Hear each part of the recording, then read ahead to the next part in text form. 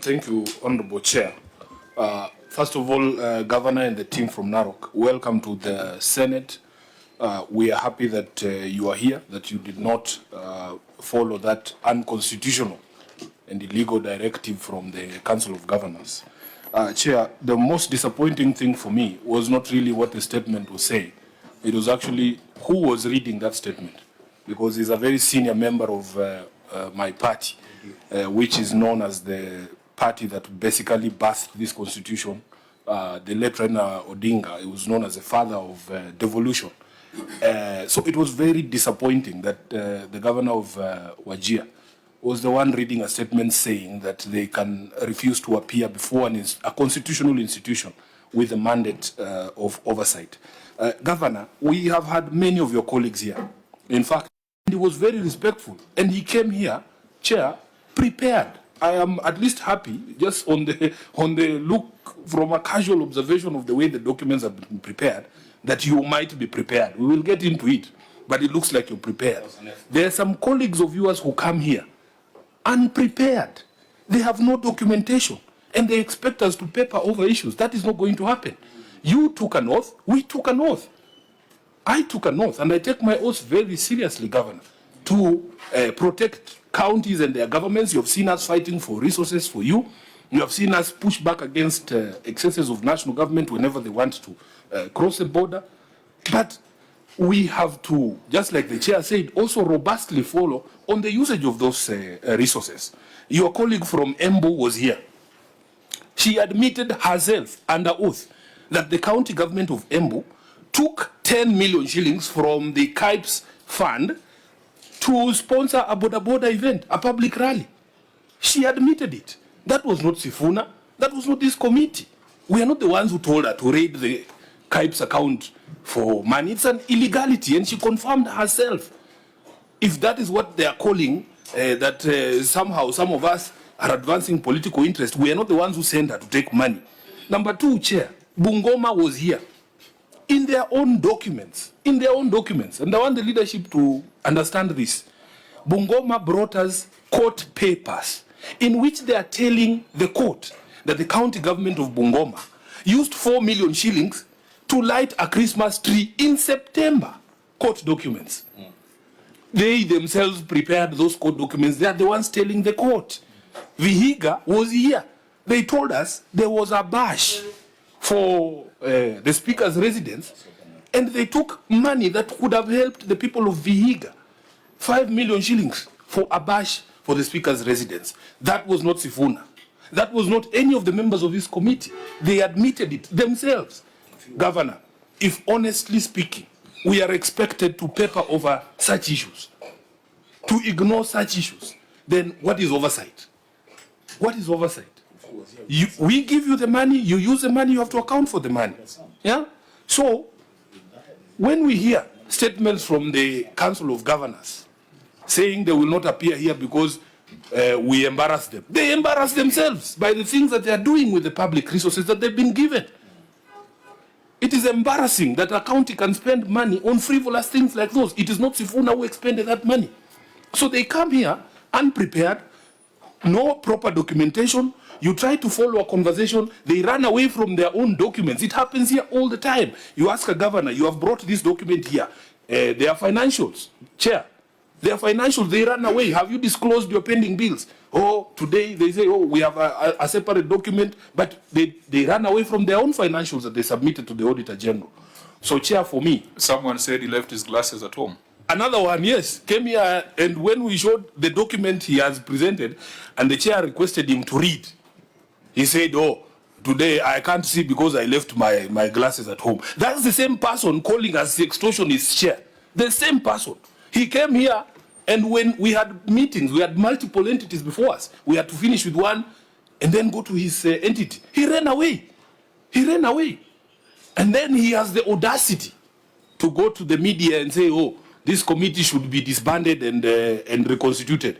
The Senate Committee on Public Accounts is not an appendage of the Council of Governors. When you do your committees, Governor, I don't know which committee you are on. We have never said that, oh, you can't have so-and-so as the chair of finance in the Council of Governors. That's your business.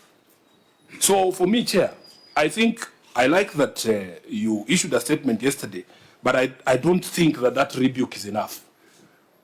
I don't think that rebuke is enough. The Council of Governors has to be told in no uncertain terms that there's 67 senators. And they think if you substitute Sifuna with somebody else, that other senator will ignore the fact that you spend money on Christmas lights. Which senator in that house did not take the oath Sifuna took? All of us will ask about how you're spending money. So my leaders are here. I don't have to be on this committee, Senator Olekina. I am telling you as my whip. But I have faith and confidence in all of us, the 67 senators, to ask these questions on behalf of the people of Kenya. I thank you, Honorable Chair.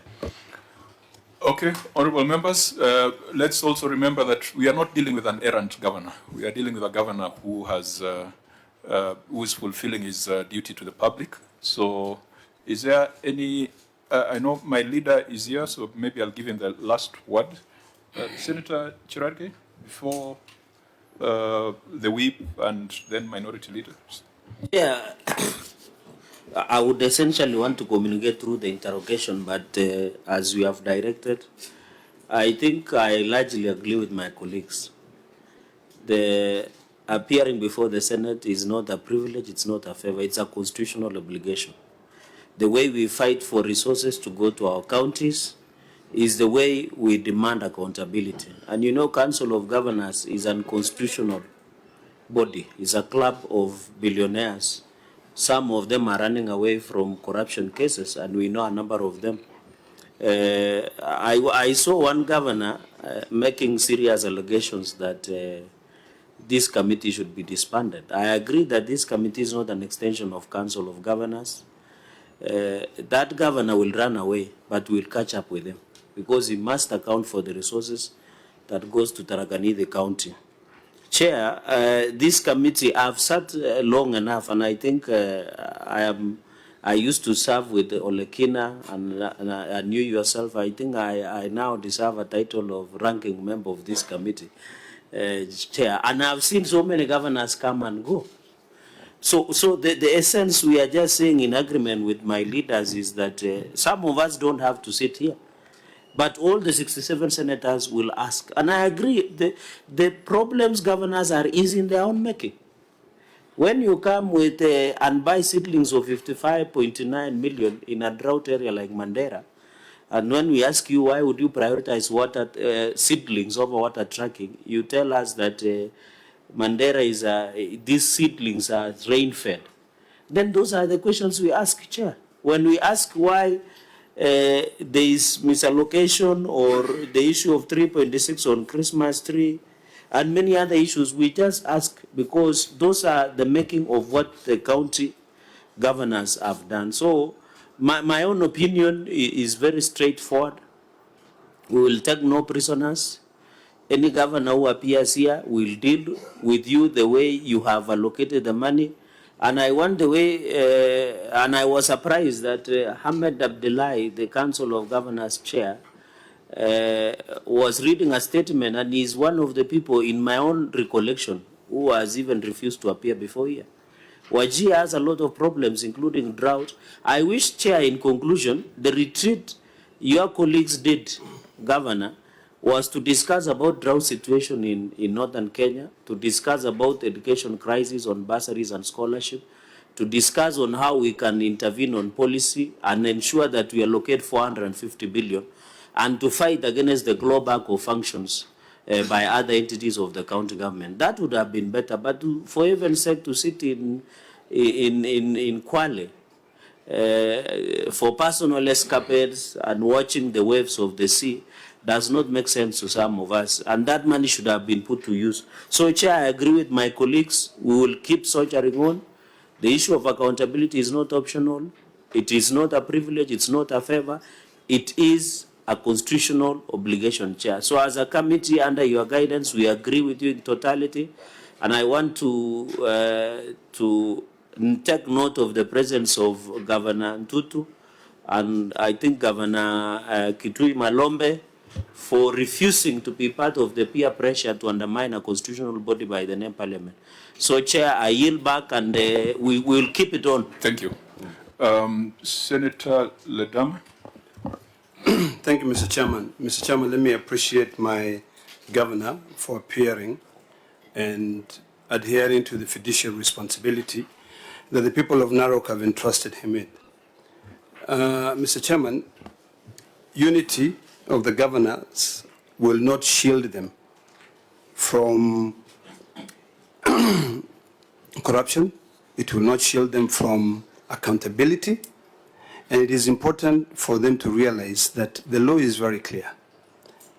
The Constitution and our Parliamentary Powers and Privileges Act, Section 19, is quite succinct.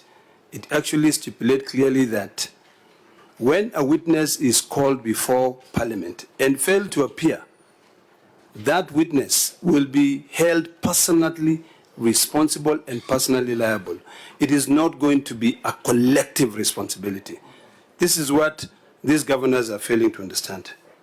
You know, yesterday I was listening to the governors making that statement, and I'm happy that my governors come here, because what I saw was arrogance, I saw self-preservation, and that is not leadership. Leadership is about service delivery. And that is what I hope that the other governors will be able to understand. You know, these are things that will come and go. You know, I spoke to one of the leaders who spoke yesterday and asked him. And one of the biggest problems that he had was that he was being embarrassed.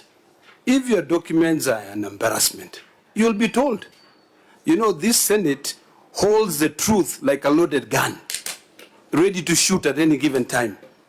So it is important for the governors to know out there that as far as accountability goes, this Senate recognizes the fact that failing to hold someone accountable is ultimately an act of selfishness, and we cannot trend in those directions. So, Mr. Chairman, I appreciate my governor for appearing, and I hope that those governors who are there, and particularly the leadership of the so-called Council of Governors, will borrow a leaf from the former chair of the Council of Governors, Wycliffe Ambetsa Oparanya. He went, made a statement, and the next day he appeared before PAC. He said, we will not appear, but the next day he appeared. So, Governor, thank you so much for appearing. Honorable members, because, again, as I said, we are not dealing with an errant governor, we probably, to allow the leader of minority to prepare for resumption of the House, maybe we can benefit from his wisdom on this matter before we go into the audit interrogation. Asante mwenyekiti. Cha kwanza ambacho nataka kusema ni kwamba nataka kutoa kongole kwa gavana wa Narok kwa kuweza kufika mbele ya kamati hii. Gavana ninavyomuelewa ni kwamba ni mtu mstaarabu sana. Hiyo ilitokana na ile familia yake. Kuna yule mkubwa wake tulikuwa naye katika Senate ile ya kwanza. Yule mkubwa wake, hata huyu ni kama nilikuwa naangalia nikafikiria ni mtoto wake, kumbe ni ndugu. Alikuwa muungwana sana. Kwa hiyo nafikiria hizo ni tabia ziko ndani ya familia na nataka kumpatia kongole sana. Cha pili ni kwamba ukiwa umeishi Kilifi utakuwa pia wewe ni mtu muungwana. Huyu alikuwa mtawala akiwa kama dio kule Kilifi. Kwa hiyo ni mtu ambaye watu wa Kilifi walimtambua sana na walimpenda katika kazi yake aliyokuwa akifanya kama dio. Nikisema hivyo ni kwamba nataka kumwambia karibu sana katika kamati hii, na hii kamati itachunguza, na vile vile yote utakaoulizwa ukijibu kisawasawa watakuwa hawana shida na wewe. Huo ndio uungwana tunasema, sio kukataa mwito. Cha pili ni kwamba uko na seneta hapa anaitwa Ledama Olekina. Ni seneta mjasiri sana ndani ya bunge la Senate. Kitu chochote cha Narok anaweza ana support, kikiwa ni kizuri kina support mambo ya Narok, na pia vile vile kama kuna tashwishi kidogo anatetea sana mambo ya Narok. Kwa hiyo uko na mjasiri ukiwa hapa wa kukuangalia mambo yako ndani ya bunge la Senate. Wana Spika, utanipatia nafasi sasa niende kwa ile vile ambavyo nimekuja kusema hapa ya kwamba hii kamati ya CPAC ni kamati kuu katika zile kamati zote tulizo nazo ndani ya bunge la Senate. Ni kamati ya juu sana, na sisi sote kama wabunge wa Senate tuna imani sana na kamati hii, na jambo lolote kufanya kuweka sifa mbaya ama kuweka tashwishi mbele ya Wakenya, hiyo ni jambo ambalo sisi hatutakubali na tunalikemea zaidi. Ya pili ni kwamba wale ndugu zako wameketi Kilifi hivi sasa. Inaonekana Kilifi sasa ndio mahali ambapo ikitaka kutokea kitu kila mtu anakimbia Kilifi. Sasa nafikiria tutaambia gavana pia kule na yeye aweke break. Maneno hii ya kutangaza Kilifi kwa njia ambayo sasa inaonekana inaendelea kutupatia sifa ambayo mimi naona sio. Wale wakiwa kule wamekuwa na msemo ama walipitisha msemo fulani ambao ulighadhabisha kila Mkenya ambaye ana imani na bunge la Senate. Cha kwanza ni kwamba kukataa kufika mbele ya kamati hii ni ukiukaji wa sheria,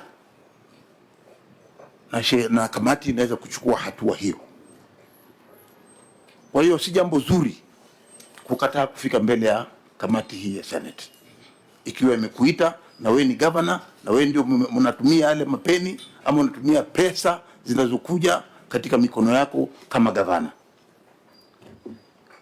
Kwa hiyo mimi nataka kusema kwamba ile statement walisema ya kwamba hapa kuna maseneta ambao wanajihusisha, mimi nataka kuchallenge na kuambia kwamba hakuna hao maseneta wote, hata sisi ambao hatuko katika hii kamati tuko na imani na hii kamati ya Senate ile ambayo inachunguza matumizi ya pesa ndani ya kaunti zote 47. Kwa hiyo bwana mwenyekiti, mimi nataka kumalizia tu nikisema ya kwamba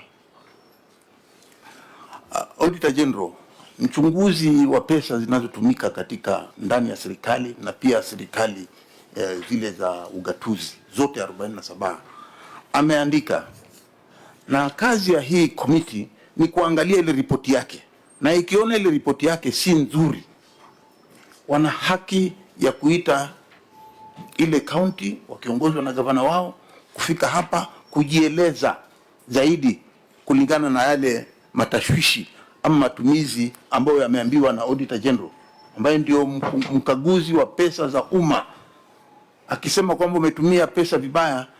Senate iko na kamati ambayo inahusika kuweza kuita huyo gavana ambaye anahusika kuja kujibu maswali, ni kwa nini alitumia hizo pesa kwa hali mbaya. Na kama kuna ufisadi pia amesema huko nani, hii kamati iko na uwezo wa kusema kwamba uchunguzwe matumizi yale ya zile pesa. Kwa hiyo mimi nasema ya kwamba katika kipengele cha katiba, kipengele cha 229 na vile vile kipengele cha 125 imepatia mamlaka hii kamati, imepatia mamlaka kuona ya kwamba imeweza kuchunguza matumizi ya pesa yanavyotumika katika serikali zetu za ugatuzi. Hakuna kipya ambacho wamefanya ambacho magavana hawajui. Sasa ile kongamano lao walilonalo, kama walikuwa na mambo mengi ya kusema, wangesema mambo hayo, lakini sio kuingilia kamati ya bunge inayohusika na uchunguzi wa matumizi ya pesa katika serikali zetu za ugatuzi. Na pengine kumalizia, bwana mwenyekiti, mimi nataka kukemea vikali, nakemea vikali maneno yote ambayo yameongeleshwa na ile wanaita COG ama ni ile Council of Governors, ile statement waliosema ya kujaribu kukashifu kamati ya bunge ambalo liko na imani, bunge la Senate liko na imani na kamati hii, nataka kukashifu na kusema ya kwamba wasijaribu kuharibu jina la kamati yetu ambao sisi sote tuko na imani nayo. Kama kuna chochote wanachokuwa nacho tashifu nao, wakuja hapa mbele waseme. Uwanja ndio huu, sio kukimbia hii kamati. Asante sana mwenyekiti kwa kunipatia nafasi. Asante sana kiongozi. Chair, with your indulgence, sorry for going back. Omwami Sifuna, now that you are Secretary General of the party and the chair of COG is a member of your party, is it too much to ask that you move the party to summon him and appear for disciplinary action for undermining one of the principles of the party and threatening the legacy of Baba Raila Odinga? I think that is my request. Thank you, Chair. I don't think that the chair of COG is acting under instructions from the ODM party. If they are doing monkey business in the county, it's not sanctioned by ODM. And he will come here and will explain himself. Do the eating. Now, maybe just a preliminary matter before we proceed. Today we are very fortunate that the top leadership of the Senate is also here. Our leader of minority is here. His deputy is here, Senator Wambua. Our whip is here, Senator Ledamo Lekina. And his deputy is here, Senator Sifuna. The deputy whip of the majority side is also here. I think this underscores the importance that the entire Senate places on the activities of this committee, on the work of this committee, and it also underscores the confidence that the entire House has in this committee. There could be matters in the public domain, but we didn't want to discuss allegations that have been made in the media. But we are very happy that in terms of intergovernmental relations, governors have agreed to appear before the Senate. The governor of Narok is here. The governor of Kitui is also appearing before the Public Investments Committee. I'm happy that you governors have refused to join the peer pressure, the bandwagon, where, like school children, you meet somewhere and say, twende tuchome dome. And then wengine wanachoma dome, na wengine wanafanya the right thing. So in as much as it is not a favor to the Senate for you to appear, but in light of what's been going on in the public domain, I think we want to encourage you, Governor of Narok, to continue being faithful to the oath that you swore, to continue being faithful to what the Constitution requires of you. That is the least we expect of a governor. So we hope that other governors are going to follow suit. It is not optional. It is not a favor to us. It is a duty that we have to the public and to the people that we represent. And I think that as the House resumes today, at 2:30 we'll be going to the chamber for resumption of Senate business. We can commit that we shall fight for counties to get 450 billion. And we shall put up a strong fight as members of the Senate. The vigor and zeal with which we are going to fight for the 450 billion is the same vigor and zeal with which we are going to oversight and demand accountability. On our part, we promise governors, whether we like you or not, or whether you like us or not, that we shall continue fighting for more resources to go to counties. We shall continue fighting to ensure that we got proper laws, and we are going to discuss something here around KERA, and you'll see the kind of perspectives that the Senate has and the attitude that the Senate has. So with that, the governor is here, so we perhaps if we talk about governors not coming before the Senate, it will be irrelevant. But I would like to give my leaders an opportunity, if there's something that they would like to say, just briefly, before we get into the main business that has brought us here today. Senator Wambua. I thank you, Chair, for allowing me to go first on this. And thank you for recognizing that the governor of Kitui County is one of the governors was decided to defy the illegal and immoral direction given by a body called the Council of Governors. He is appearing before PIC, and I would want to go and process the audit queries for Kitui under PIC. So, Chair, as I leave to join my colleagues in the Public Investments Committee, allow me to also go on record and really congratulate the Governor of Narok for doing the right thing, for appearing before the Senate Committee on Public Accounts, and to face the audit queries that have been raised by the Office of the Auditor General, not for himself, but for the people of Narok. This is the right thing to do. And Chair, I am a very disturbed leader today that the Council of Governors, in their wisdom, would sit down and issue the kind of statement that they issued yesterday. It's the most unfortunate statement coming from an entity bringing together heads of governments in our counties. It's unfortunate, it's shameful. Because, Chair, by that statement, what the Council of Governors is doing is that they have taken it upon themselves to prescribe a suspension of the Constitution, the Council of Governors. This is the biggest affront to the Constitution since 2010. But I want to assure the governors, wherever they are, in their retreat, I hear they are retreating in Kilifi, maybe in the beaches swimming or whatever they are doing, I'm not sure. But I want to assure the governors, wherever they are, that the Senate of the Republic of Kenya, under the leadership of these leaders here and these senators here, and the Speaker of the Senate, Amason Kingi, we shall not be bowed. We shall soldier on. The deadline, the constitutional deadline for consideration of audit reports remains 31st of March.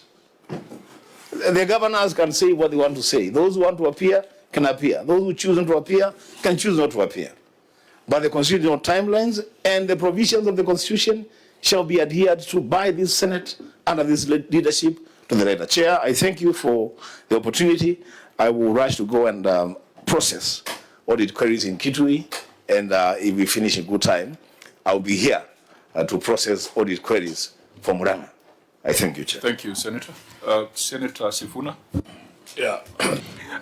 I think I want to appreciate the comments by my fellow senators, and two key things have come out, and let me just put it plainly. If you come here with embarrassing records, we will embarrass you. If you come here with embarrassing responses, we will embarrass you. If your audit reports are an embarrassment indicative of theft, we will not bembeleza you.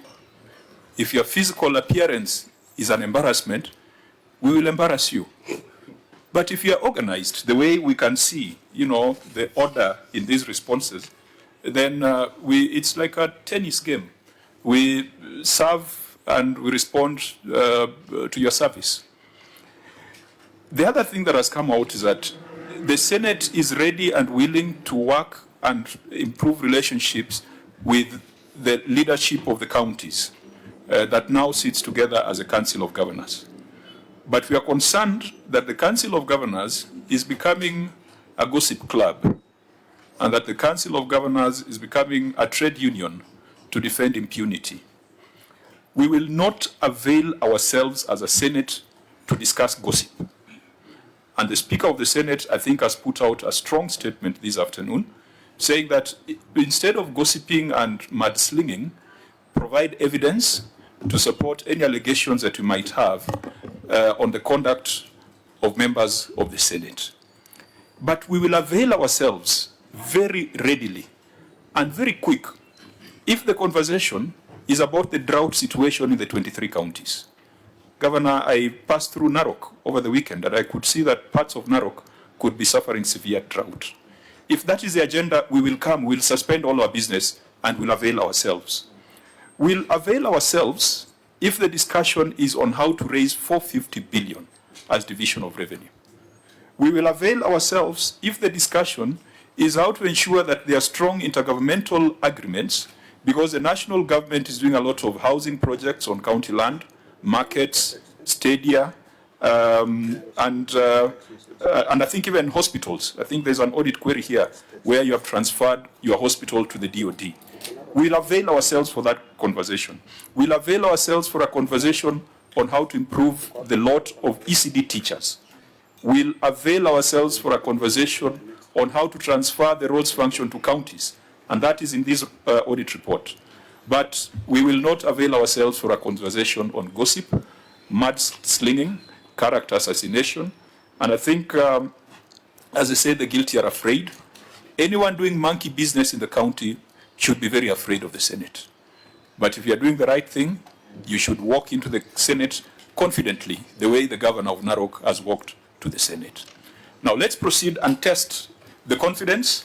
Let's now eat the pudding, because we said that is where the proof is. Very nicely presented documents. Let's see whether we can judge this book by the cover. Because of time, we had already gone through this report and the Auditor General has taken us through. We are not going to waste time on accounting issues. But there could be 3 or 4 issues that we must deal with. One, and take note, is on pending bills. 2, we'll look at a few projects. 3, there is this audit query on county spending money on Kera roads. 4 will be contributions to pension schemes. 5 will be grounded assets. And 6, on the receipt of revenue, we'll look at the issue of caps. There is an audit query there. I think if we deal with those, the rest of the issues, we can take the written responses.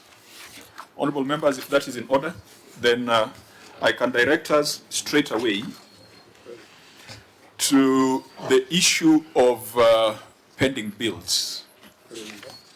It is implied under issue number 2 on unsupported expenditure on rentals or produced assets. But Auditor General, as we had discussed earlier, you did not highlight the issue of pending bills in Narok. And so on this, I think I just want us to have a conversation, Governor, on pending bills. Just a conversation so that we understand where we are. Auditor General, what was the pending bill for Narok as at the close of the financial year? And honorable members, I think we are guided by note number 32 in the financial statements. Thank you, Chair. The total trade and other payables balance was 6,659,641,072 shillings. Thank you, Chair. So I know that we no longer call it pending bills, it's called trade payables, but I mean, it's still the same. It's money that we owe to suppliers and contractors. So, Governor, we were a bit alarmed to see that your trade payables or pending bills had increased from 773 million to 6.6 billion. Can your bookkeepers explain that, or are you able to explain that? That's almost 9 times growth. Why don't you read the query first?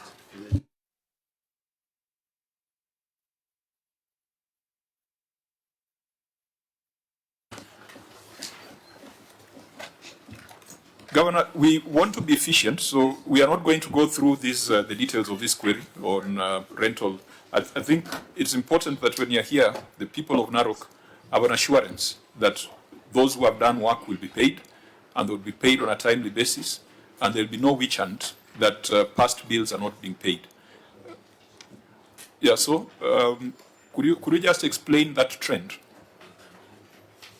Honorable Chair, The issue of pending bills, from where we sit is the total amount of the projects done by the county government.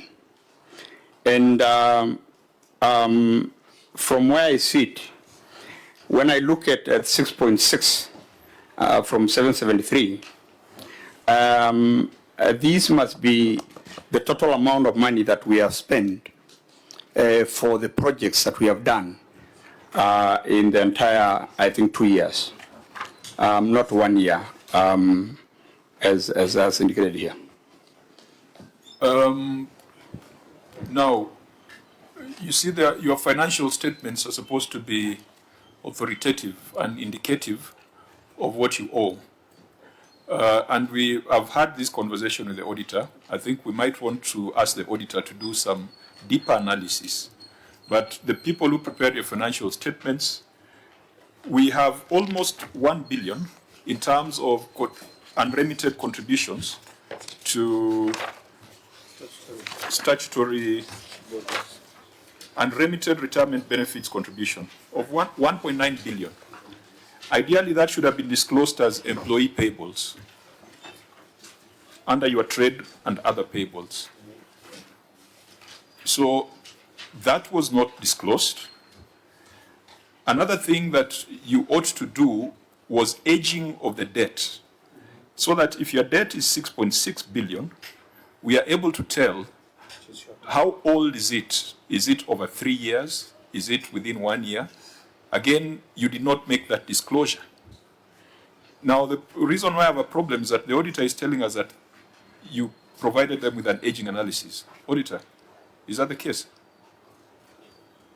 Yes, Chair, we had a schedule indicating that all these were within 1 year. Did that schedule disclose staff payables? Yes, 1.911 billion. So is that 1.9 over and above the 6.6 billion? No, Chair, it is included. But it is not in the financial statement. And this is the financial statement that we are considering. Senator Sifuna? Yeah, Chair, also, you know, Governor, you have told us that that amount is not for 1 year.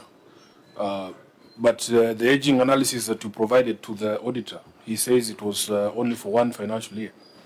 And because your statements here, the financials themselves, there is supposed to be numbers in this aging analysis. But whoever prepared the financial statements has indicated 0 on each of those years. So how are we supposed to trust what you're telling us is the correct position? Maybe before the governor answers that question, Chair. Auditors, do you have this aging analysis of these bills, of the 6.6 billion? Because from note 32, I can only see trade payables. And also when we go back to your query, you don't relate back to it. You just, if you could supply us, give us that breakdown of the 6.6. Do you have it with you? Because you said you are providing it was for 1 year. And you know you're the one who has caused yourself problems by saying you have it. Ideally, we should be demanding from the governor. Yes, Chair, we can provide. Senator Chabate? It is interesting today, the OAG is providing evidence. Anyway, that's a story for another day. In this 6.6 billion, Governor, there was 773 million. The OAG indicates, Governor, that this one was within 1 year. So this growth of 5.9 billion, this pending bill or trade payables or pending bills, what is it? Maybe you can give us a global view. What is it about? Were you able to start mega projects, or the issue of retentions and deposits? This growth, because we have never seen this, because I don't know how much Narok receives, but looking at 6.6 billion, that growth in 1 year of a pending bill is too huge to raise a lot of concern. So can you assure us that this 6.6 billion pending bill, one, what was it about? And secondly, can you provide evidence of budgetary allocation to ensure that the businessmen and women of Narok and other Kenyans who are supplying goods and services are paid in time and they can get value for money? Finally, Chair, on aging analysis, I don't know, some of us would really wish to see it. If you can allow the OAG, I know it's not acceptable to get the evidence as the hearing is ongoing, but you would request that if we can get that copy of aging analysis so that we can get the perspective. But Governor, maybe you can restate if it is this aging analysis, it is 1 year, then it is still within the financial statements that we are provided in note number 32. Amount. Otherwise, I yield back to the chair.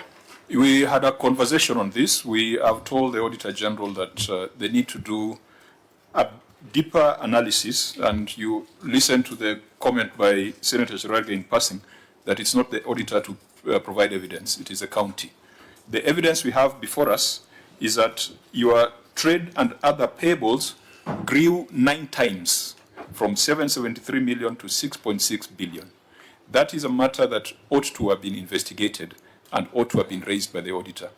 Since the auditor did not raise that, it is important for us to take a report to the House because for every county we have queried pending bills because that's where, you know, we are hurting suppliers, we are hurting businesses, businesses are shutting down if you are holding on to 6 billion of money that is supposed to be paid. So I think, Clerk, we might want to ask this county to specifically respond on one, how come your pending bills grew 9 times in 1 year? Number 2, provide us with a proper aging analysis. We don't have it. It's not the duty of the Auditor General to provide it. It is the duty of the county to provide it. Number 3, how come staff payables have not been disclosed in the schedule for trade and other payables? Number 4, your payment plan for the 6 billion. And that payment plan must be in line with what we are calling the Ledamo Lekina motion, because your senator brought a motion to the House giving guidance on how counties should settle pending bills, and we'll be asking for the extent to which you have complied with that resolution. And the last one will be the control of budget. We'll be asking the control of budget whether you have done a payment plan. And if there's been no payment plan, we'll be advising the control of budget to freeze further requisitions unless you are able to settle the 6.6 billion. I think, members, if we can get answers on that, it can enable us to do a report to the House. If in addition to the Governor, inclusive of the payment plan, provide us with the extract of budgetary allocation, what you have allocated, because this 6.6 billion, looking at you are receiving more than 17.4 billion. Of course, I have not included the revenue, the on-source revenue, raises an alarm. So, Chair, through the Chair, the Governor can provide us with the budgetary extraction of how much, because there was a county chair who was paying 100 million per year.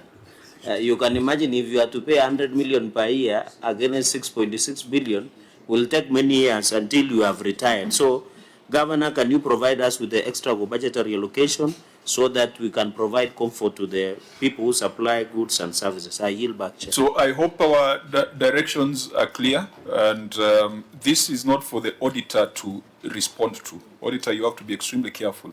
This is a duty of the entity to provide the disclosure, which they did not do properly in the financial statements. Now, honorable members, let's tie that then to the substantive audit issue on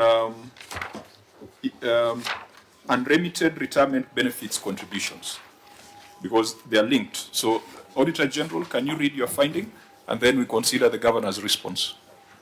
Unremitted retirement benefits contribution of 1.9 billion. In the audit certificate is page 11. Thank you, Chair. Review of records provided for audit revealed that the county executive owed an amount of 1,911,131,070 to 3 pension funds, which comprise of outstanding contributions and interest balance of Kenya shillings 134,981,919, and 1,728,035,170 as tabulated in the table as shown. That was owed to county pension funds, then local authorities pension trust and LAP fund, all totaling to the 1.911 billion. However, management has not made any efforts to clear the outstanding amount, which continue to attract penalties. Further, continued non-remittance is a persistent material breach of the measures established under the Public Finance Management Act and the ability of pension funds to service retirement benefits, as and when such benefits fall due, the retiring employees may have been adversely affected. This was contrary to Regulation 22(2)A of the Public Finance Management County Government Regulations of 2015, which requires that in addition to the responsibility of accounting officers provided in the Act, an accounting officer designated under the Act or any other Act shall comply with any tax, levy, duty, pension commitments, and audit commitments as may be provided by the legislation. In the circumstances, management was in breach of the law. Governor, you may respond. Thank you very much, Chair. The county government acknowledged the observation regarding the outstanding pension contribution and accrued interest owed to the three pension schemes, namely the County Pension Fund Scheme, Local Authority Pension Trust, and Local Authority Providence Fund, amounting to 1.9 million shilling. However, a total of 426 million was paid during the year under review. The delay in full remittance arose mainly due to the historical carry forward arrears inherited from the defunct local authorities, coupled with reverse revenue shortfalls during the previous financial period. Nevertheless, the county government has since prioritized settlement of the pension arrears as part of the fiscal obligation under Regulation 22(2)A of the Public Finance Management County Government Regulation 2015 and the County Government Retirement Scheme Act 2019. To date, Chair, payment totaling 26 million have been made. 826, sorry. To date, payments totaling Kenya shilling 826 million have been made across the three schemes, which gives a balance of 1 billion, which the management has prioritized to settle in the subsequent financial years.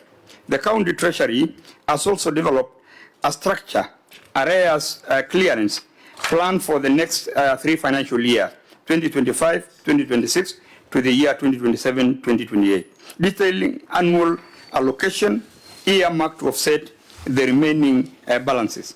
In addition, Honorable Chair, the county has instituted an internal mechanism to ensure current pension deductions and employee contributions are remitted promptly on a monthly basis.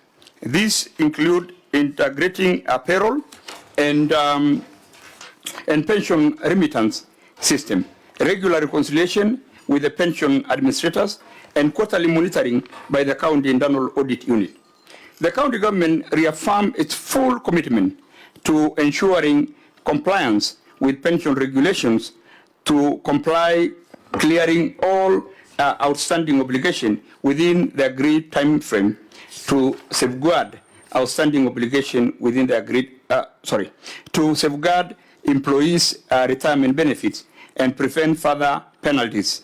LAP fund statement supporting payment extract from LAP fund, LAP trust, and also CPF DC scheme are attached for verification. Appendix 12, when you look at the appendix, we have the LAP fund statement and payment vouchers. Okay, Auditor General, you said you had interacted with those documents. What's your opinion?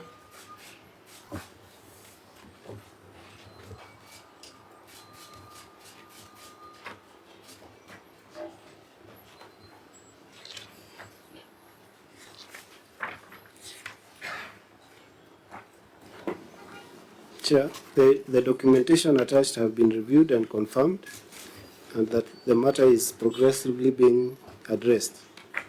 So, Chair, we confirm that 1.085 billion is still outstanding. Are you able to give us an assurance that current deductions are being remitted? Because there's a historical reconciliation problems, but then there's a monthly payroll that is being processed. Governor, can you give us the assurance that you are currently deducting and remitting? Or are you still deducting and piling it up?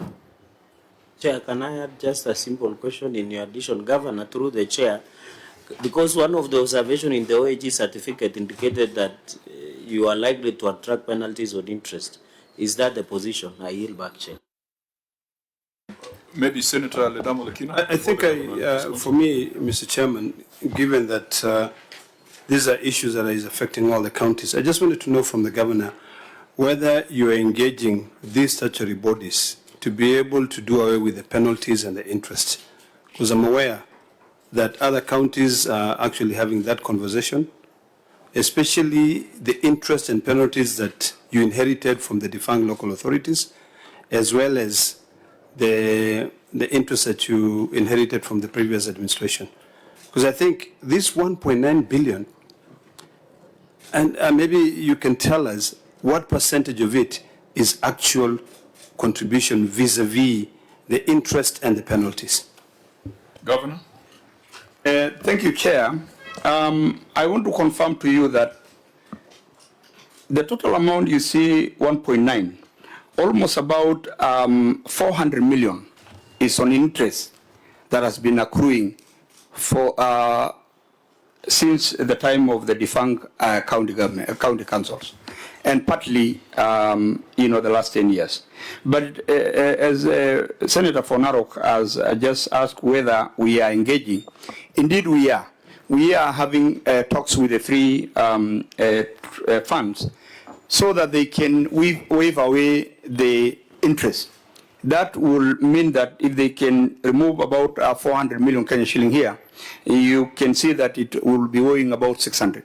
And that is a figure that we can settle within the next 2 financial years. No. And on the issue of remittance, we are indeed on time. We remit all our dues when we are paying the salary.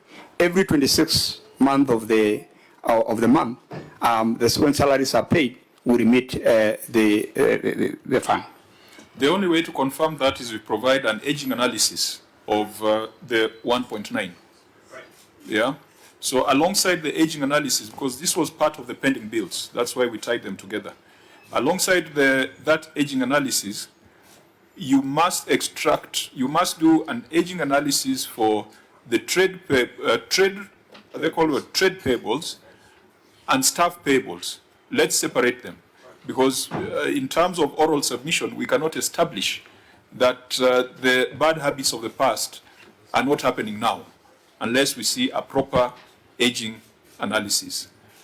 Governor, your area senator made a very critical point. You have done well by diverging that out to 1.9, 400 million is accrued interest. But I've looked at your annexes, in one of the LAF Fund Annex 12 that you have provided, I cannot see any correspondence that you have tried to, with the LAF Fund and all these schemes, you have started to request them to waive the interest and penalties. Because I know, Chair, even when you discuss with KRA, they are more likely. Is there engagement to ensure that because you have said this is 1 year, but Chair, in the reading of the LAF Fund letter, it says after 15th of the preceding month, you will always attract an interest. So is there an engagement to ensure that even as you pay the balance of 1.08 billion, they cannot impose on you in these 2 financial years another interest? Is there an engagement of such sort? I yield back, Chair. Governor? Chair, yes, we have the engagement. I can produce the letters that we have written to the 3 funds, and we are in talk with them. I didn't bring it because it was not one of the issues that I thought we needed it. But Indeed, as Senator Fonandi has indicated, we have started, and there's some good talks that they might actually waive this amount if we can pay another 300, 400 million to show that at least we are trying. These funds also have their rules and regulation that govern them. And I have those letters, several of them. Now, Governor, the last time I had a conversation with the chair of the Council of Governors, it was on this subject. That's the last time we had a conversation with him, and we were trying to find a way of taking a global view, because it's a matter that cuts across many of the counties. Even though in Kwale demonstrated that they didn't have outstanding pension obligations. But I think Nairobi has a serious problem. The cities have big problems, and now Narok is joining that list. And you see, this is a kind of conversation that we'd be very happy to have with the COG and governors. And the chair of COG, in his own admission, he calls this theft. He agrees this is theft because, first of all, you have requisitioned money, gross, which includes these pension deductions, and you are not paying it.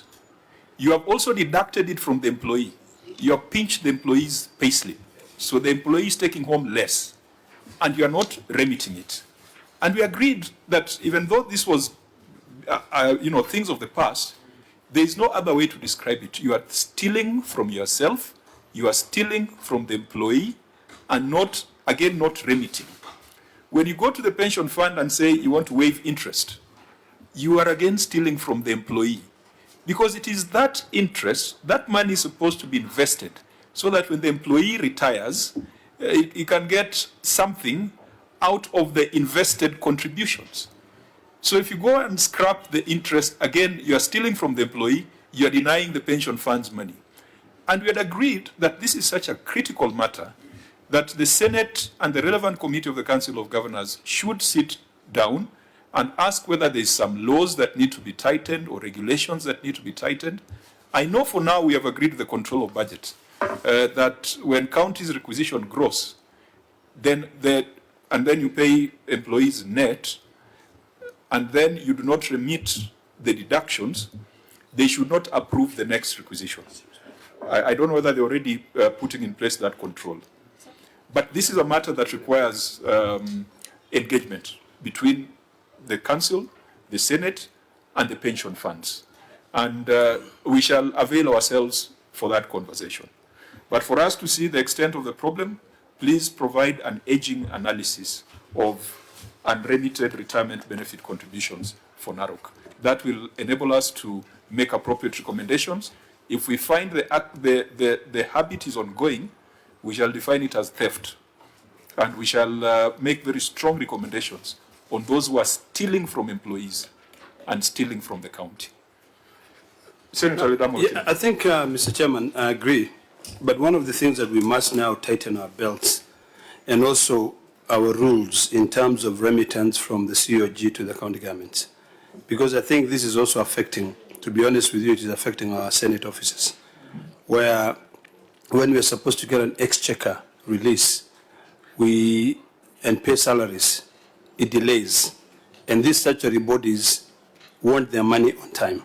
So I think this is a conversation we need to have, all of us, and discuss on how, when there are delays, some counties, and I don't know whether Narok is the same, sometimes the COB delays releasing money for 3 months. So counties stay for 3 months without getting their salaries. So of course, Lab Fund will want their money on time. So I think this is something that we may need to consider reviewing the legislation, looking at the Constitution as well, because the Constitution is not static. Even though the Constitution says that a share of revenue given to the county government shall be released without undue deductions, we may want to consider whether we deduct and pay directly to the statutory bodies and send the net to the counties so that they can pay the employees to stop this problem. Thank you, Mr. Chairman. When we do that, we'll have admitted that counties are incompetent. If we pay the statutory deductions from the center, we will have admitted that county But governments. Chair, I think it's a growing frustration with the Senate, because you remember, other than Ledama's motion which we passed last time, Ledama's motion was passed by the entire House, and Senator, because you were not here, some in the Council of Governors have told us in this committee, not your governor, the governor for Embu came and told us that she will be writing to the Senate to say we were not very wise in passing that motion, which you yourself drafted. You know, we have a very interesting situation, Chair. We have young people, suppliers in the counties who are owed millions of shillings. In Nairobi here, our pending bill, Governor, is over 1 billion shillings, 100 billion. 100 billion. And people come to my office and they break down. They tell me, Sifuna, I have been auctioned, all my equipment has been taken away by the banks. How is it not possible for us to get this payment? Then motions such as Ledama's are brought to the Senate floor. We see the sense in him saying bills below 1 billion shillings should be paid by the end of the last financial year. That's what you passed, what we passed as a House. Then a county governor comes and tells us, oh, by the way, you people just pass things that you don't think through. Maybe we should swap places with Cecily Marire. I want to be the governor of Embu and she comes and does the work in the Senate on behalf of the people of Nairobi. Because how is it possible to argue like that? When we sit together, we would like to see solutions to problems, Governor. We want to see solutions to problems. Because at the end of the day, it is not just about who is who or who is what. It's about providing actual solutions to the people. So we were so desperate as a Senate that we even said, I remember during that debate, Senator Ledama, we said even these pending bills now, if the county governments are not able to follow the law that says that there shall be a fast charge. And I remember this same governor from Embu, when we asked her what is her understanding of the words fast charge, what does fast charge mean to her? You know, so if we are unable to, Senator, we are unable to enforce that, maybe we should tell Treasury to take over the pending bills for counties and pay directly from here. Because, Chair, which other way is there to deal with this problem? It will be micromanagement of counties. Already, these counties, and I mean, this is the conversation we should be having in the Senate. You find the national government takes over your hospital. There's a hospital here which you are told that the DOD has taken over. They do the procurement themselves, they do the work themselves. What are they confirming? That you are incompetent. We saw in Nyandarua, where they took over JM Karaoke Memorial Hospital. They didn't even change the contractor. It was transferred to the DOD, the same contractor. The money paid directly, not through the county. What are they trying to say? Is that you are incompetent. And it will go on and on. You'll find that even a stadium, you own the land, the national government says they are helping you to build a stadium, but they are controlling the procurement, they are paying the contractors directly. It is a growing threat to devolution. And so if we get to a point where Treasury is the one paying pending bills, then it will put to serious question the competence of governors and the governments that they run. I don't know, Governor, whether you... Chair, I understand what you're saying. Okay. Sorry. Chair, But put yourself in the shoes of these county suppliers. Put yourself in their situation. Maybe instead of saying Treasury should pay it directly, they should give that money to the Senate. We pay ourselves. we pay the suppliers because it's very frustrating. It's very frustrating. The frustration is the suppliers know that the money has been requisitioned. Correct. But they're not getting paid. Yes. Yet the money has left the public office. Chair, maybe in addition, and I want to agree largely with what Senator Sifuna is saying, but you know, Senator Sifuna and Governor, we have an history of medical equipment supplies, the mess, where counties used to have more than 200 million being deducted automatically in Nairobi, in Treasury. And it became what we call an organized criminal enterprise of public ripoff. In fact, that is quote unquote the report that was tabled by the committee of the Senate in the last session. I think, Chair, when we met and we have sat with the controller of budget, I think under your guidance in the last session, the controller of budget, and we asked her if Narok County for purposes of discussion, Senator Ledama, they have requisition with the COP to pay Senator Ledama for Nkanasa milk, maybe 100 million, for example. Now I'm just using as an example for purposes of discussion.